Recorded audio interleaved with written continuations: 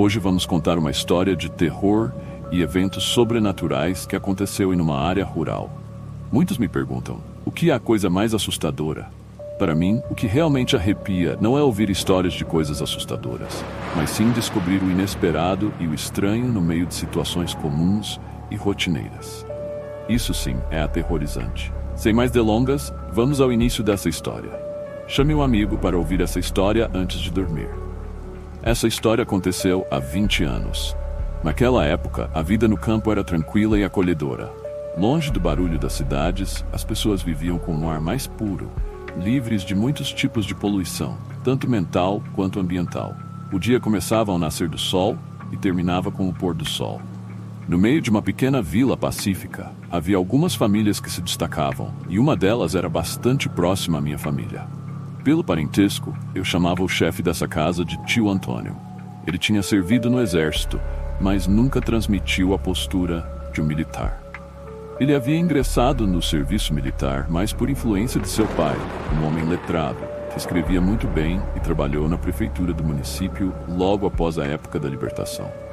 Depois que Tio Antônio deixou o exército, foi designado para trabalhar em uma fazenda estatal, mas o local ficava longe e as condições de trabalho não eram das melhores. Ele se casou com Dona Clara, uma professora bonita, mas que tinha um coração frágil e frequentemente reclamava que o trabalho dele o mantinha muito longe de casa.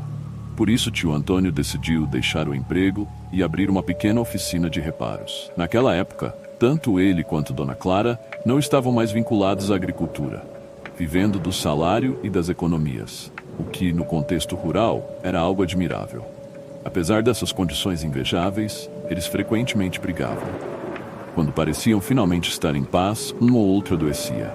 A vida nunca era estável por muito tempo. Para animar Dona Clara, Tio Antônio começou a convidar amigos e vizinhos para visitarem sua casa, para conversarem ou jogarem cartas. Minha mãe, naqueles dias, sempre participava desses encontros, o que aproximou ainda mais nossas famílias.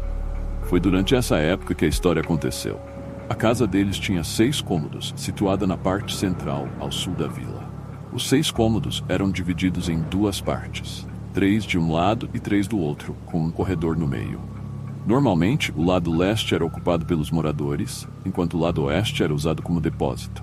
Tio Antônio e Dona Clara moravam no lado oeste. Na frente da casa, havia um grande quintal, com um banheiro improvisado no canto sudoeste.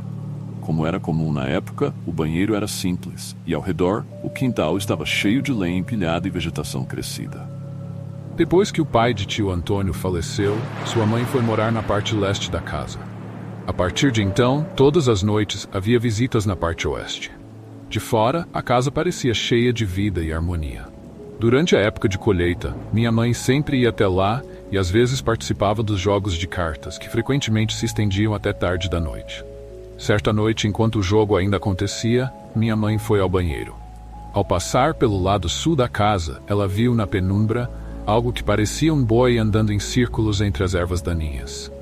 Lentamente, o animal caminhou em direção à área dos fundos. No início, ela não deu muita atenção, apenas estranhou. Desde quando eles têm um boi? Não vi nenhum durante o dia, pensou. Quando voltou para dentro, brincou com Tio Antônio. Desde quando vocês têm um boi no quintal? Tio Antônio ficou pálido imediatamente e desconversou, mudando de assunto. Ninguém no grupo deu muita importância. Vamos, e o jogo continuou até o final da noite. Quando estavam indo embora, já era muito tarde. De forma inesperada, Tio Antônio insistiu em acompanhar minha mãe até em casa, algo que ele nunca fazia antes. Isso deixou minha mãe intrigada. No caminho, ele perguntou de repente: "Você também viu, não viu?" Antes que minha mãe pudesse responder, ele continuou: "Por favor, não conte isso para Clara. Ela não tem coragem para lidar com isso. Se souber, não vai querer ficar na casa." Isso começou a aparecer depois que nosso vizinho reformou a casa deles. Antes não tinha nada disso. Ele prosseguiu: "Eu chamo vocês para virem aqui para manter a casa cheia de gente. Quando está vazia, tudo piora. Você percebeu como as coisas aqui não são normais? Meus irmãos que não moram aqui têm uma vida tranquila, mas nós, que ficamos na casa, estamos sempre brigando ou adoecendo. Por favor, mantenha isso entre nós." Minha mãe ficou em silêncio, mas o medo crescia dentro dela. E essa foi apenas a primeira parte dos eventos. O que veio a seguir foi ainda mais assustador. Uma noite, conversando com minha avó, uma senhora de mais de 70 anos, ainda muito ativa e lúcida, ela mencionou casualmente algo que viu na casa de tio Antônio. Minha mãe contou sobre o boi, e minha avó, surpresa, disse: "Você também viu?" Há alguns dias, algo me assustou muito. Ela relatou que estava sozinha na casa, sentada na cama, quando ouviu um som estranho vindo de fora da janela. Parecia o som de um animal respirando pesado, mas também lembrava alguém bêbado, murmurando sem sentido.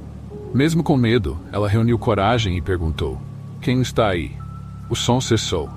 Curiosa, ela se aproximou da janela, afastou a cortina e olhou para fora.